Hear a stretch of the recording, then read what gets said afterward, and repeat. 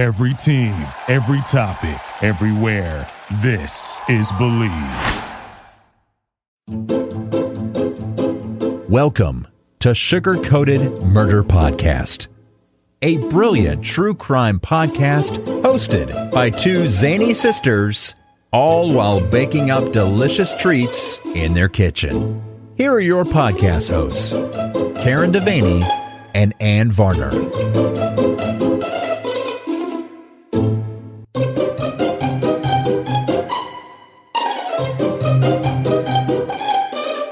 And we're starting. Yay! Here we go. Another week. Here we go. Another week, another episode, another. By Jove, we've done it again. We've done it again, by Job. But not by Job, because I don't know who Job is, and he ain't doing this. No. So he's not He getting any didn't do credit. anything. No. Damn By it. us. By us. By us. It'd be us. Yes. Oh my goodness. The weather's warming up. Yeah. We had that typical South Carolina pour down rain. Sunshine comes out and bakes everything. Oh, gosh. Yeah, that was pretty Situation going miserable. right now. Yesterday it was a little humid, and then it rained, and then it just got more humid. I actually went to the beach yesterday. It was so humid, and then it poured down rain, and then it got freezing cold. Wow, we didn't get that here. Yeah, I think We didn't just get the coming off the freezing. ocean, Yeah. it was like Yeah. windy and just really, really cold. Plus, we were a little wet because, the rain. Mm-hmm. And then maybe an hour later, it got warm again. Yeah. It was lovely. And there were South sand Carolina. dollars galore on the beach. There were They were whole everywhere. ones. Whole ones, some live, Oh, can't and take some those. just right in the surf. Okay. Did you bring some back? I came home with one. I think that's I good. broke one and I brought one home. Okay. I think that works. Yeah. I don't think there's I any didn't want need to be greedy. No. Mm-mm. I didn't No, wanna be that's greedy. bad karma, because then the next time you go, you don't find anything. Yes, but on Sullivan's Island seems to have an abundance of sand dollars, and you can see all. This time of year, we really get a lot Yeah. of sand dollars. I don't know. Do sand dollars migrate? I don't know, If but all that's the along the case. shoreline, like where the tide comes in and draws out, you can see it gets wet, it goes out, and the sand dollars burrow into the sand with their little Yeah. they're whiskers. little- Yeah. And you can see the shape of them. Yes. And they're everywhere, all over the place. So if you'd really dug down, you would be able to get a lot of live sand dollars. But you're not supposed to take those off the beach. No. That's actually illegal to take those off the beach. Yes. And why would you? Well, that's just dumb. They're fascinating. You just Well, wait why until kill them? Yeah. They're They're living their life. living their They're best life. living their best life. Don't and make they're- us do a podcast on sand dollar murder. Exactly. Well, and they're living their life cycle. That's right. Don't disrupt their life cycle. Eventually, in a couple of years, you'll find that same sand dollar, and it will have been the end of its life, and then that's appropriate for you to take it up. That's right. When Just it turns wait. white. Wait till it's appropriate. It turns white. Just like when the Yes. old people But get they old, are get fun to white hold hair. in your hand and feel all those little things. Yes. Like, that's really fun. And then you just gently put it back and walk away. Walk away. Just walk away from the love There sand should dollar. be no sand dollar murders. No, I don't like that. Can't do that. Oh, So- and can I just make one public service announcement for beachgoers this season? Please stop digging freaking holes with your kids on the beach. Stop it. Just stop it. It's bad Stop for with our the sea hole. turtles. It's bad for the people that are walking the beach. It's bad for the dogs that don't see it and fall into the holes. It's bad for the old ladies. Especially bad for little children to stand in the holes and risk the sand collapsing on them and killing them. Just stop it. Can you stop? Stop it. I just wish we would put up warning signs about how dangerous digging holes on the Stop beach is. digging the holes. Because I just think people are ignorant about it. Or sit there and dig a shallow hole and then fill it back up. But fill it back up. Yeah. Don't Be and it's not, responsible. and it's not for your trash, by the way. It is not. We It's don't not. bury Or trash. poop. Don't bury Don't- your dog's poop. No, That's that's safe. disgusting. Just take a fucking bag. Yeah, everybody just behave or stay off the Yes. beach. Yes. That's all. Exactly. Thank Public you. service announcement done. You're welcome. We're moving on to the next portion of the show, which is baking. Oh, yes. And it's you. It's you. You're in the my baking gosh. spotlight. I did one of my bucket list bakings. Oh, this is just I made, amazing. Well, I've always wanted to make a baked Alaska because it just seems so fun. And I found a recipe on our friend Sally's website. Because we've got an obsession with Sally. Sally's baking addiction. And this one's for a brownie baked Alaska. So That's rather than lovely. the cake at the bottom, it's going to be a brownie. That's lovely. Mm. Lovely, lovely. I used, she has a recipe, but I just used a box mix because. Yeah, whatever. Yeah. And it was I love the Ghirardelli brownie that comes in with the red on the outside of the box. It's got chocolate chips on it. It's delicious. Yeah. Very good. So use that one. You can't. Mm-mm. And then I love the Tillamook ice cream. It's so creamy and very yummy. creamy. So I use Tillamook mint chocolate chip ice cream. Girl, you're singing my song. And then I made this amazing meringue that Sally had the recipe for. It's like a Swiss buttercream. Oh my God. It's so pretty. Oh. I cannot wait. It's like marshmallows. Yeah. It's lovely. So it I can't smells wait good in to here. It taste smells like some chocolate. I feel like we're on a some cruise ship. toasted marshmallows. Yes, I would like for you to come out with it flaming at the top and sing a song. Like God, holding it over your head. I'll give it my best shot. I don't know what we're supposed to sing though. If you could see me now, out on a fun ship cruise. Oh, okay. Right? Wasn't that one of the? That was one of them. Carnival I think it's Carnival or something. Yeah. Yeah. Did Kathy Lee? Yeah, sing that? Jeez. Wow. I'm old. We really pulled that out of the dregs of society. Yeah. Gee whiz. I don't know why I associate Baked Alaska with cruise ships. I thought for the longest time that's the only place you could get it. May be. I don't know the history of the Baked Alaska, but I made one. I am so excited. It looks awesome, and I cannot wait to shove it into my pie. I can't wait to hear what kind of murder you're going to talk about. Well, I've got a doozy. Let's hear it. It's a doozy. A doozy. So I'm going to talk about this kid, Andre Montgomery. He was born in October of 1994 to Andre Sr. and Michelle. And in 1995, Andre Sr. died from gang violence. Oh, no. So Andre Jr. was just a year old. Do we know where this happened yet? This, I think it was in Texas. Okay. Andre grew up in Texas. So I don't know if his mom moved back to be with family. Oh, I see what you're saying. Somewhere else. I'm not sure. Okay. He grew up in Texas. He attended school up until sophomore year of high school in Lubbock, Texas. And then Andre moved to St. Louis, Missouri to finish high school. And so he was sent to live with his father's family, Andre Sr.'s family in Missouri. Okay. They were going to help keep him on the straight and narrow, and he was going to work for his grandmother. Okay. So we're going to talk about his grandmother. What'd she do? Her name is Robbie Montgomery. And she had an interesting career because she was a backup singer for Ike and Tina Turner. No way. She was an Ikeette. No way. That's what they were called. Yeah. Oh my God. Yeah. So this was in the 60s. And then her singing career continued into the 900,000s. So into the 90s and even into the 2000s. She provided backup vocals for Barbra Streisand, Joe Cocker, Stevie Wonder. Oh my goodness. Like very lucrative backup career. I mean. So after her singing career kind of started to fade, she eventually, in 1996, she opened up her first restaurant in Missouri called Sweetie Pies. Oh. A cute name. She actually took her mother's recipes and they were all soul food. And she opened the restaurant using her mom's soul food recipes. So it was a big deal. It became very successful.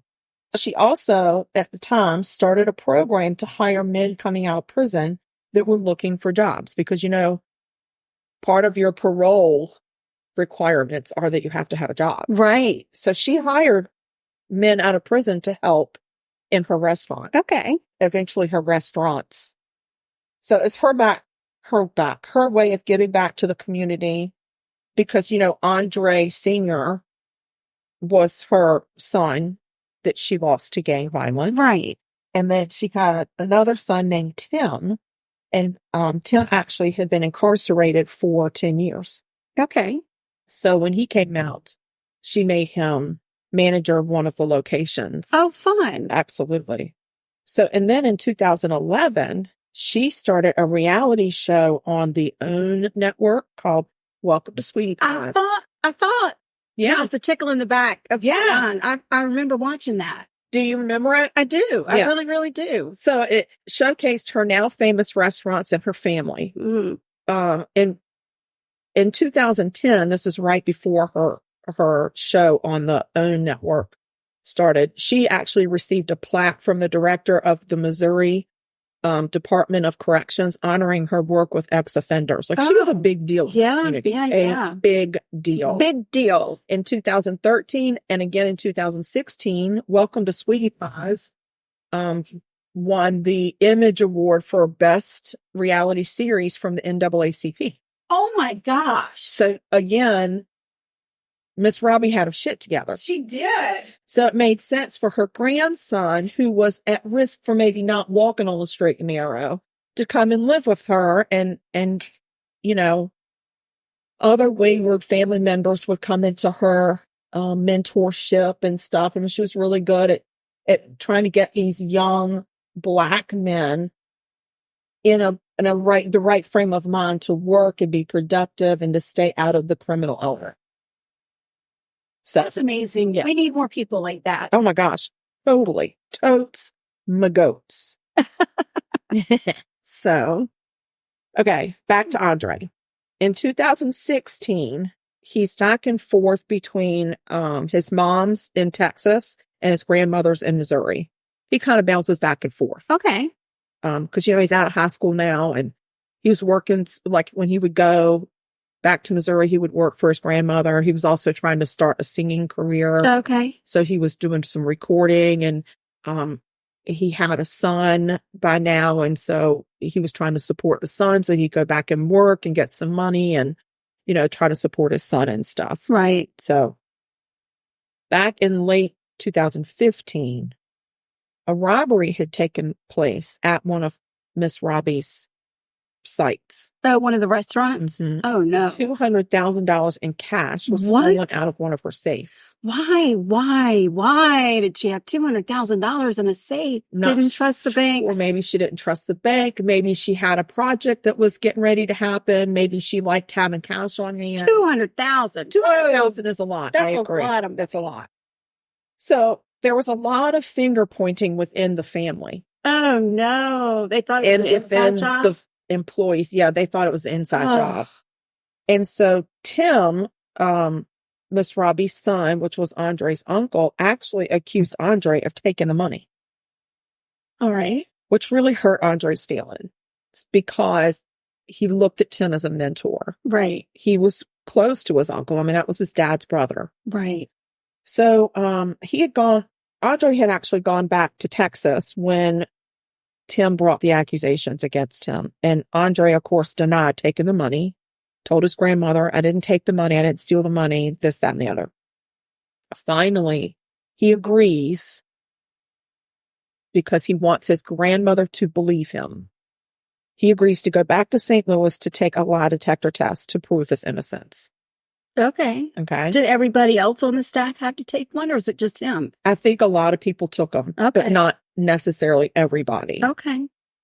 In March of 2016, he went back to Missouri. And somewhere along the way, he met a stripper from Memphis, Tennessee. All right. Her name is Tarika. All right. Okay. So he goes to St. Louis. He passed his polygraph test and he cooperates with police. They clear him. Okay. Okay. They clear him. And, okay. So Andre is still in St. Louis and he's trying to get some recording done. There's a studio there that he uses. It's like a apartment complex with a recording studio in it. Mm-hmm. So you can stay at the apartment complex and record, and they record like long hours into the night. Like, they put in a lot of studio hours. So, like us. Oh yeah. Like us in our studio. Yeah. Absolutely. Yes. The consummate workaholics, podcastaholics, recorderaholics. Yes. That's us. Yes. Because we too have sprouting singing careers. So anyway, he had actually met this Tarika as well. And he was, Tarika is the stripper. She's the stripper. And who met her as well? So, okay. Never mind. He met her. He met her. Okay. So she was in St. Louis at the same time Okay. that he was in St. Louis, and they were texting back and forth. And so she said, before I go back to Tennessee, let's meet up. Okay. And he was like, okay, that's fine. Here's the address of the apartment/studio where I'm recording. And she's like, okay, I'll come meet you. So around March 16th, around 8 p.m., Andre is outside waiting for Tarika. And he is gunned down. Oh, no. Outside of the studio as he waits. He was shot multiple times. He actually tried to flee back inside and didn't make it. Oh, man. He was pronounced dead at the scene by police. That's terrible. Yeah. And it was devastating, obviously, to The Miss family, Robbie of and her course. family. And this is while this is going on during their seasons. Right. Oh, The my reality God. show. So this is on the reality show, the loss of this grandson and how devastating it is to the family and how they're trying to figure out who did it. Right. It was very emotional. I'm sure. So they kept the cameras rolling as they dealt with the aftermath, and they pleaded constantly with the community to help solve this murder. I even saw a snippet of an episode where Miss Robbie and Andre's mom, Michelle, so she,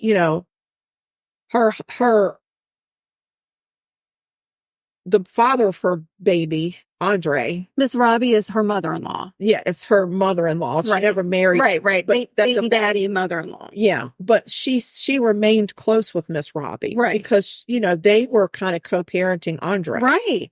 So, I saw an episode where Miss Robbie and his mom were at a local church, and they were talking. I don't know if it was a Bible study. It was not like a church service. Okay. Because it was a little bit more casual than that. But she was pleading with people. Right. Somebody has to know something. Yeah. And the fact that she had lost not her first son, she had lost her son to gang violence. This felt like it was gang related. Yeah. So she was really upset because she didn't feel like Andre was part of a gang. Right. And she's trying to figure out, like, I don't understand. What are the pieces? So, in late 2016, Miss Robbie actually ended up suing Tim, her son. Oh, what for? For taking $200,000 from her. And for violating her trademark by opening competing restaurants with her money. Oh my God. And using her recipes. Yeah, he was, I would say. So he was impossibly ambitious. Oh gosh. And he had accused Andre. Yeah. And she figured out on her own it was him. And instead of turning him into the police, she sued him in court. Right. And then, they actually settled outside of court for an undisclosed amount. I don't know, but they settled in 2017. Wow. Yeah. So now she's dealing with her son. She's got one son that's betrayed her, one son that's been murdered, and a grandson that's been murdered. And she's got this empire of restaurants, and she's doing a reality series. Right. That woman's got a ton of shit on her plate. Right. And she's got grandchildren that are coming to her, for her to help raise and support. And she's doing this community thing with hiring men out of prison. Like, she's got shit going on. Yeah. And what a strong woman. Gee whiz. So 2017, 18, 19. And then I went back to 2000. That was funny. In 2020, still no answers. About the murder. Like, the cops are like scratching their heads. They're doing a lot of investigation. They didn't let it drop. But they're doing a lot of investigation in the background, but they're also kind of waiting for technology to catch up to things. Plus 2020 hits. And then you got COVID.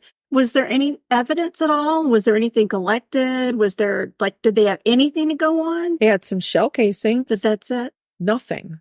Jeez. There wasn't a surveillance camera. Oh. Right. So heartbreaking. It's really difficult. So it stays unsolved. But with the help of cell phone records and cell phone technology, because that was evolving. Right, sure.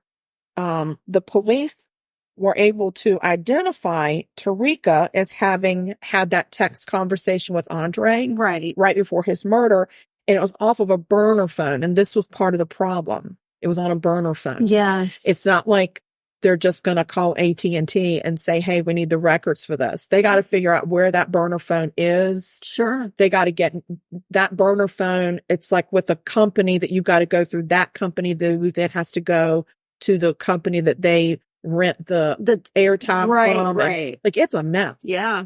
So they actually, I mean, that's what they're doing behind the scenes is they're using these cell phone records to try and figure out who was Andre talking to and communicating with, like, days before his murder. Right. Well, Tarika keeps coming up. Sure she does. She does. She keeps coming up. Okay. So anyway, she was the last one to have a conversation with Andre about an hour before his murder. Okay. And they were able to actually use location markers. You know, I don't know what they're called specifically. Right. I know what you're talking about. I think location marker sounds very professional. Of her cell phone eventually being at the studio/apartment complex. Right. So then they also used her cell phone records to tie her burner phone to, so who's she communicating with? Okay. Yeah. You know, like who we talking to. So then they tie her to a known St. Louis gang member. Oh, no. Named Travell Hill. Okay. So now they're trying to figure out, like, okay, what's the connection? So they go through, and on Andre's phone, there are no messages to Travell Hill. He's not in there. Right. So, okay, so this is who Tarika's been communicating with, and Andre. Are they related? Right. So they figure out that the connection was that Uncle Tim had been paying Tarika for some sexual favors. Tarika. I always call it Tarika. That's how it's spelled, but I think it's Tarika. I think you're right. I can only hope that I am mispronouncing her name because she's a piece of shit. Oh, no. So, and then Travell Hill, this known gang member, I guess he frequented Sweetie Pies. Oh. Loved Sweetie Pies. Ate there a lot, especially the one that Tim ran. Oh, yeah. So they knew each other. Then they figure out, they start tying things together. And the first thing they say is follow the money, right? Always. So 48 hours is how much time passed between Andre's murder and Tim Norman paying Travell Hill $5,000. Oh, well, where'd that money come in cash? Oh, okay. Cash. So I'm like, and he's sneaky. He gave it to a friend and had that friend hold it for a day and then take it to Travell. Okay. So, but they still. I think that if I was going to hold on to a large amount of cash, I'd mark those bills. Me too. I'd stamp those bills. Me too. Like so nobody would some think I kind of logo them. Or something. Yeah. Yeah, for sure. So then the police were able to follow more money back to Tarika. She had gotten paid $10,000 to supply or provide the location of where Andre was. And so the deal was, you tell me where he is, I'll pay you $10,000. I don't think so. I think she did more than that. Just seconds after Andre was shot. They know when he was shot. Right. And it took seconds for her to text Uncle asshole and say, I'm heading out of town. I'm going back to Memphis now, which that meant Tim knew Andre was dead. Right. His nephew. My God. His brother's only son. Right. So a few days later, Tarika's bank account went from negative to plus 9,000. Oh, wow. So, she got money. So they're looking at all this and they're still trying to figure out where's the motive? Like what's happening? We have to have a motive. So we know Tim is involved. He's paying these people. What's he doing? Right. 2 years before Andre's murder, Tim had taken out what equaled to a $450,000 life insurance. Freaking life insurance. Something has got to be done. Nephew, or at that time he was 19. Something has to be done about that. And designated himself as a sole beneficiary. No. Yeah. You shouldn't just be able to take a life insurance policy out on whoever. That person needs to appear in front of that agent. Yes. And notarize that person's signature. Yes. And I'm aware that you've taken a life insurance policy out on me. And that you're the sole beneficiary of it. Oh my gosh. Yeah. So anyway, he had a friend who has a very weird name that I cannot pronounce, so I didn't even write it down. Okay. I just call him Dirty Insurance Agent. Okay. So he had a friend who was a dirty insurance agent who assisted Tim with the policy and collecting all the funds once Andre was killed. Oh my God. Yeah. Yeah. But then So he probably this got guy, cut too. he got whatever insurance. I guess you get commission when you sell the insurance policy, but I don't know that he actually got anything else after that. They didn't say that, but this guy knew what Andre was doing. Right. He knew what he was doing. Wow. And so, okay. So in August, not Andre, Tim. Tim, he knew what Tim was doing to Andre. So in August of 2020, Tim Norman, the shooter, Okay. the shooter, the gang Okay. shooter, I gotcha. the dirty hoe, Okay. Tarika, and the dirty insurance asshole, Right. they were all arrested. Good. Yes. With a slew of charges, including murder, conspiracy to commit murder, insurance fraud, wire fraud, like lots of fraud stuff. Oh, sure. Yeah. So they were all arrested, and Hill, the shooter, he pled guilty of shooting Andre. Okay. Okay. And Tarika, the hoe, she pled guilty to conspiracy and wire fraud. Okay. And then the dirty insurance guy with the weird name pled guilty for his part in insurance fraud. So Travell Hill, the shooter, got 32 years in prison, and he had to testify against him. And then Dirty Ho Tarika, she only got 3 years. Oh, wow. That makes me mad. That makes me mad too. She testified against Tim, though. Okay. And then Dirty Insurance Man, he got 3 years. How did he get 3 and she, what? It's irritating. She couldn't deal. But because she turned state's evidence. I know that, but so did Travell Hill. But he pulled the trigger. He was a murderer. I guess so. I don't know. She got the sweetest deal of all. Of course she did. So anyway, Dirty Insurance Man also testified against Tim. Right. Tim maintained his innocence even after his conviction. Oh my goodness. Of course he did. He's still maintaining his innocence. So prosecutors chose not to seek the death penalty, which honestly, I don't know that they would have gotten the death penalty for Tim. I think they should have, because he was already incarcerated for 10 years. I couldn't figure out what he did, but it must have been something big if it was 10 years. Right. And then on top of this, he's committed this murder against his nephew. Oh my God. I feel like they could have gotten the death penalty, but for whatever reason, they didn't seek the death penalty. Right. So it's a complicated case. I mean, it is complicated. And you have to have all the jurors, have to. It's got to be feel the same unanimous. way, yeah. And they don't want to risk a hung jury over something like this. Right. But Tim maintained his innocence, went to trial, the whole 9 yards. Like, dude. Well, then explain it. He needs to explain it. He said the feds knew that he didn't do that. That's it. The feds know I didn't do that. All right. Well, the paperwork says that you did. Exactly. So what's this this paperwork? All these people money. Well, where does money magically come from if you didn't steal it from your... He just kept saying, I'm innocent, and they got it wrong, and I didn't do this, and the feds know I didn't do this, and those insurance policies were just because for safekeeping.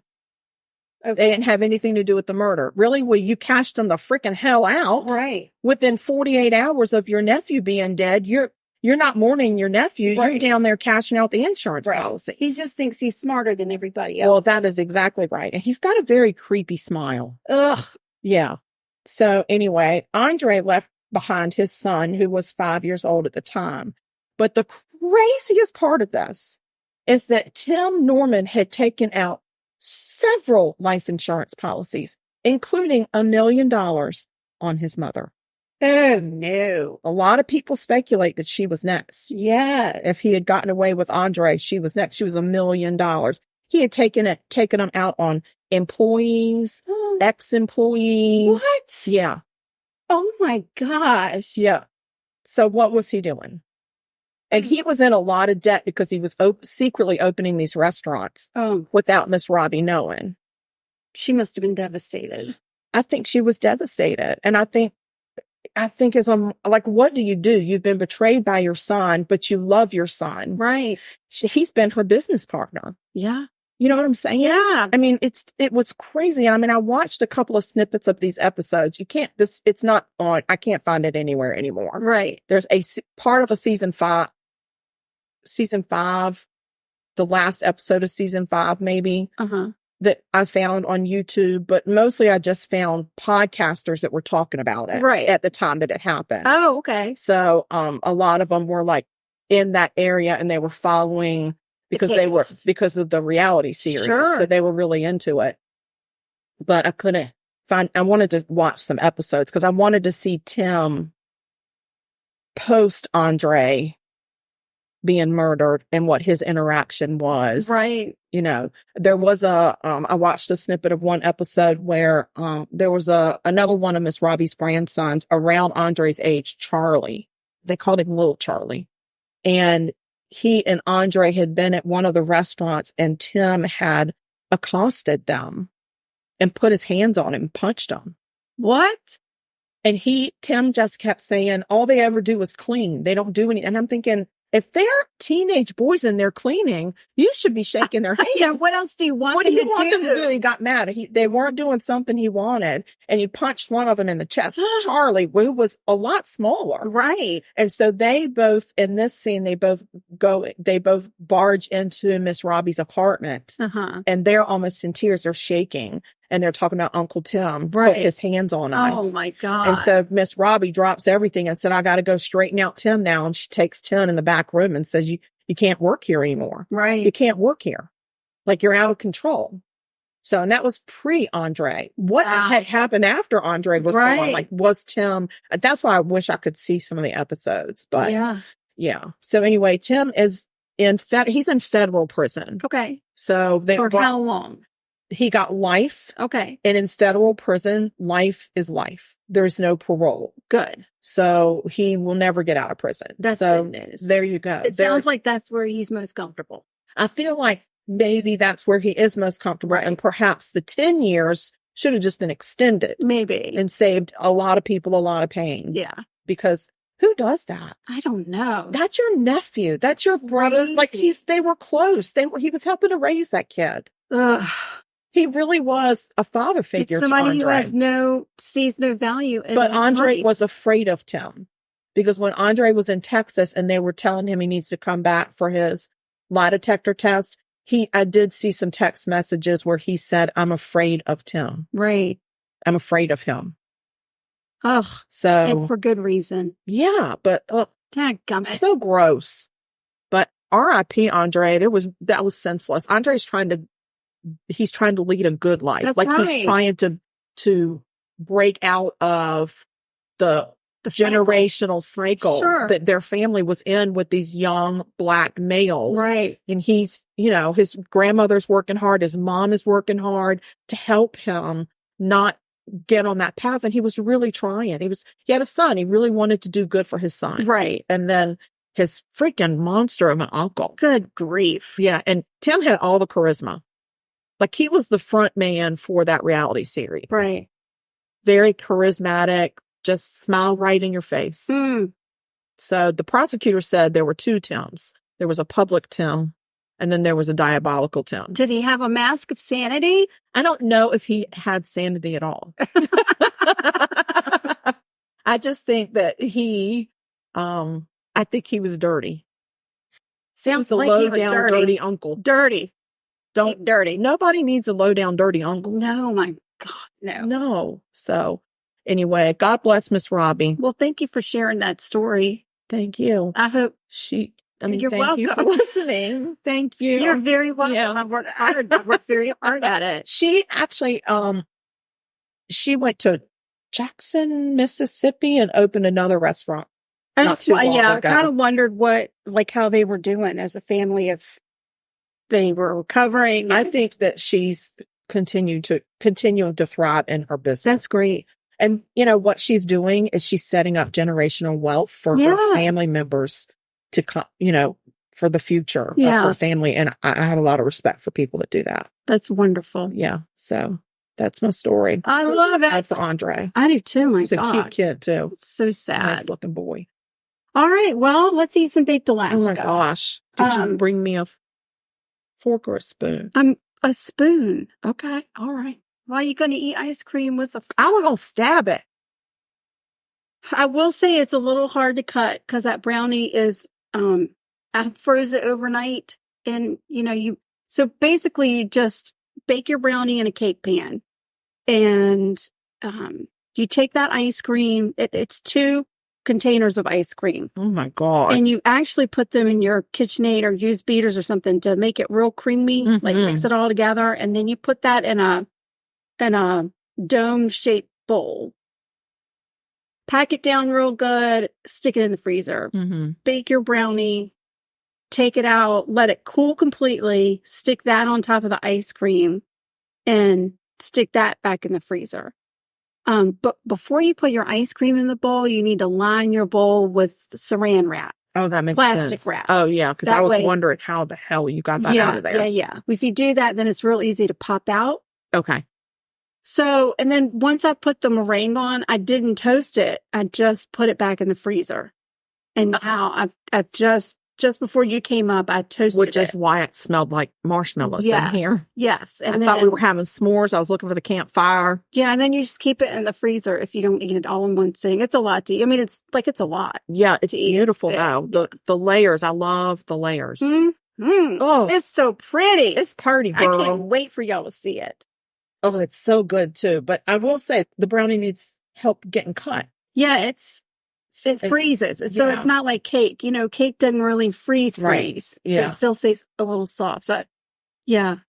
But so good. Oh my God. It's not hard to eat. It's just hard to cut. Chocolate and the mint ice cream. The Lord have mercy. It's so refreshing on a nice hot day. Yeah. And then the toasted marshmallow in the back. Oh my gosh. That Swiss butter or Swiss meringue buttercream. Yeah. You always see that on the baking. Yeah. I'm so intimidated and by it's so pretty the way you did the swirls. You did it, girl. So white and pretty. I know. And then you torch it. Torch the hell out of it. I like you a torch. Yes, a bucket list item. Now I got to come up with another bucket list item because we had been talking about several things we wanted to try. Yeah. Baked Alaska was the first one. So. Yeah. Now we got to find something else exciting. Very exciting. Yes. Very exciting. Well, this has been a great episode. Yes. Thanks for listening, guys. Thanks for tuning in. And check us out on social media. Of you that listen, we appreciate you.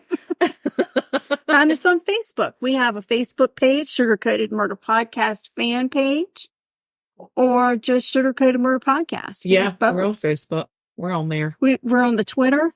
We are on the X. I don't even know. On the Twix. The Twix. We're out there. We're doing our thing. And we've got email. We love emails. We're on the Instagram. We're on the gram. We're on the gram. Yeah, we're on the gram. IG. We got several emails last week from friends. I love that. Some wanted recipes. I Some love the pictures of our lovely memorial garden. Sweet. That we set up for Trent Whitley in Franklin, Virginia. We got pictures of that, which was wonderful. Maybe we'll post those on our fan page just so people can see how nice the garden is looking. Yep. For Trent. Yep. We're going to put a call out to see if we can find somebody who can go tend to that garden for us when we're not able to be there. Yeah, that would really be helpful if somebody could do that. Yeah. And somebody. We're making things happen. We're writing a book. We're writing a cookbook. We're doing things. Episodes. We're doing stuff. Yeah. We're busy. And one day it's all going to just explode. Hopefully one day something's going to be complete. Yeah. So you're going to want to be in on the action. Send us an Exactly. email. Send us a murder you'd like for us to do some research on. Tell your friends and family about us. Pass the word. Whatever platform that you're on, if you rate and subscribe us, when we have interaction on those platforms, it puts us at the top or towards the top of a visibility list, which is really nice. So yes, tell all your people about Ann Varner and her crazy sister Karen. Excuse me. Yeah. Excuse me. Excuse me. Yeah. So anyway, all right, guys. Well, we're going to ask you one thing. Stay sweet and don't murder. That's 2 things. Shoot. But just so you know, it's a 2-pronged thing. It's a 2-pronged. One thing that's got 2. It's like a pickle fork. It's got the 2 prongs. Well, we'd also like for you to know that if you kill people, we will talk about you. You're damn right we will. Damn Skippy. Damn, skip it. All right, guys, head on the swivel, stay safe, and tune in next time. This has been Sugar Coated Murder Podcast, a deliciously entertaining true crime podcast. Like what you heard? You can always explore past episodes by visiting sugarcoatedpod.com. Don't forget to like our Facebook fan page and share with friends. Thanks for listening to Sugar Coated Murder Podcast. Thank you for listening to Believe. You can show support to your host by subscribing to the show and giving us a 5-star rating on your preferred platform. Check us out at Believe.com and search for BLEAV on YouTube.